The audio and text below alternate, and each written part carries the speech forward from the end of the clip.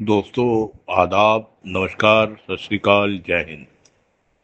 दोस्तों, आज हम जिस मुद्दे पर बात कर रहे हैं वो बहुत सेंसिटिव है। सेंसिटिव इसलिए है कि वो देश की ग्रोथ से जुड़ा हुआ है।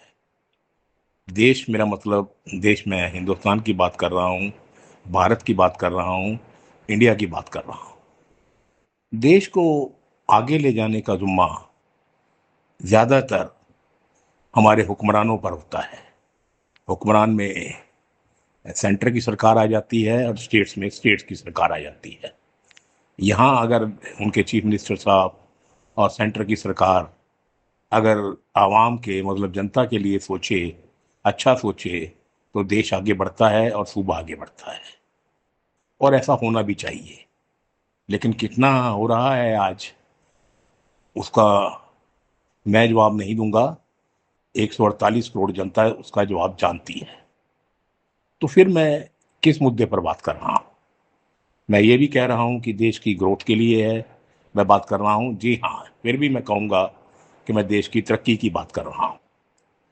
हुआ यूं कि हमने आज के अखबारों में आंध्र प्रदेश के चीफ मिनिस्टर साहब, वजीर आला का एक स्टेटमेंट पढ़ा, चंद्रबाबू नायडू साहब का, जिन्होंने एक कल के किसी फंक्शन में वहाँ अपनी स्टेट कैपिटल में अमरावती में एक भाषण दिया और भाषण में ये कहा कि आंध्र प्रदेश सरकार अगर कोई फैमिली तीसरा बच्चा पैदा करती है तो उसे 30,000 इंसेंटिव दिया जाएगा। अगर चौथा बच्चा पैदा करती है तो उसे 40,000 इंसेंटिव दिया जाएगा। और इसके साथ साथ तीसरे और चौथे बच्चे होने पर 1,000 रुपया महीना उसे खाने का अलग से दिया जाएगा। और उस बच्चे को, तीसरे और चौथे बच्चे को, 18 साल की उम्र तक स्टेट सरकार, आंध्र प्रदेश की सरकार मुफ्त तालीम यानी एजुकेशन देगी। तो ये स्टेप क्या है दोस्तों? ये तरक्की का स्टेप है या बेड़ा गर्क होने का स्टेप है? देश की आबादी हमारी कितनी है? 148 करोड़। और उसमें से हमारे सरकारी फिगर्स है, मैं नहीं कहता, ऑफिशियल फिगर्स है जो पार्लियामेंट में प्राइम मिनिस्टर साहब और अमित शाह जी ने कही है, कबूल की है, कि 82 करोड़ लोगों को गरीबी लाइन के नीचे हैं और उनको खाना 2 वक्त का सेंटर की सरकार दे रही है। अगर हम इस जिस तरह से चंद्रबाबू नायडू साहब ने कहा है बच्चे और पैदा करेंगे, तो इसका मतलब है पॉपुलेशन बढ़ेगी। पॉपुलेशन बढ़ेगी तो इसका मतलब है गरीबी बढ़ेगी, बेकारी बढ़ेगी, लाचारी बढ़ेगी, बेरोजगारी बढ़ेगी। मेरे को यहाँ संजय गांधी साहब याद आते हैं। जैसे मुझको याद आते हैं वैसे जो देश के हित में सोचता है, हर एक शख्स को संजय गांधी साहब याद आते हैं। उनमें लाख बुराइयां सही, लाख एरोगेंसी सही, लेकिन एक काम आज सब याद करते हैं उनका, जो उन्होंने फैमिली प्लानिंग को कंटेन करने के लिए शुरू किया। बहुत अच्छा स्टेप था, लेकिन आदमी खुद नहीं मरता, उसके चमचे मरवा देते हैं। वो चाहते कुछ से, उनके चमचों ने उनको खुश करने के लिए इम्प्लीमेंटेशन गलत शुरू कर दी। लेकिन आज सारा देश याद करता है और कहते हैं कि आज संजय गांधी की ज़रूरत है इस देश को। वो क्यों? क्योंकि उन्होंने ये फैमिली के लिए, फैमिली प्लानिंग की तरफ बहुत सोचा और काम करने की कोशिश भी की। तो देश को तो अ, आबादी पर कंट्रोल करना चाहिए। ये तो एक, मैं सोचता हूँ, वहाँ के सीएम साहब का एक ये क्रिमिनल स्टेटमेंट है। ही should be arrested on criminal charges. ये तो देश को बर्बाद करने वाली स्टेटमेंट है। अगर कोई कुलदीप सिंह गडकरी साहब या मोहन भगवत जी ये स्टेटमेंट देते हैं, वो समझा जा सकता है कि वो उनकी रिलीजियस मजबूरी है। उनकी पार्टी के उनकी उनकी जो रिलीजियस बॉडीज है, वो उनकी मजबूरी है, इसलिए वो कहते हैं। और उन उन बातों का मतलब लंबा चौड़ा असर नहीं होता।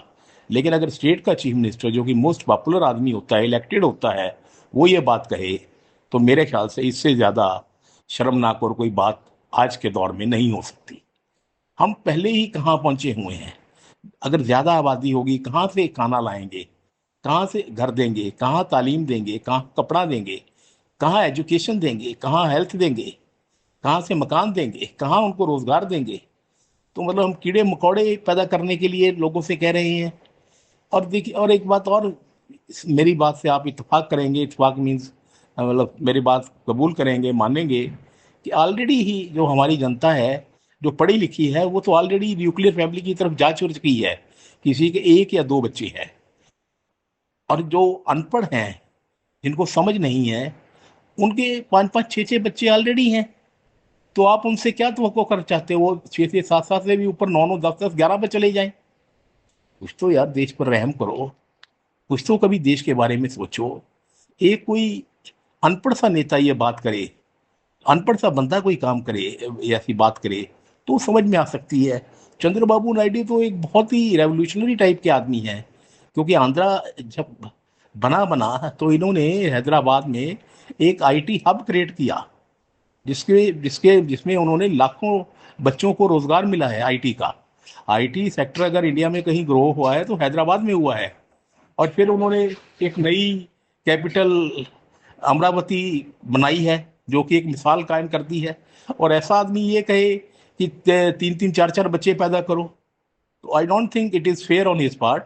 ही should be arrested on some on criminal charges. और if the governor had gone through that statement, governor should dismiss him। क्योंकि अगर इस नायडू साहब के ऊपर एक्शन नहीं लिया जाता तो ये बात बहुत आगे तक जाएगी और देश को नुकसान करेगी। आज के हिंदुस्तान को ग्रोथ रेट, मतलब बर्थ रेट कम चाहिए। ये नहीं कि चार चार बच्चे पैदा करें। वो टाइम नहीं है। देखिए चाइना कहाँ से कहाँ पहुंच गया। चाइना की जो बर्थ रेट है वो उन्होंने जीरो पर ले आए।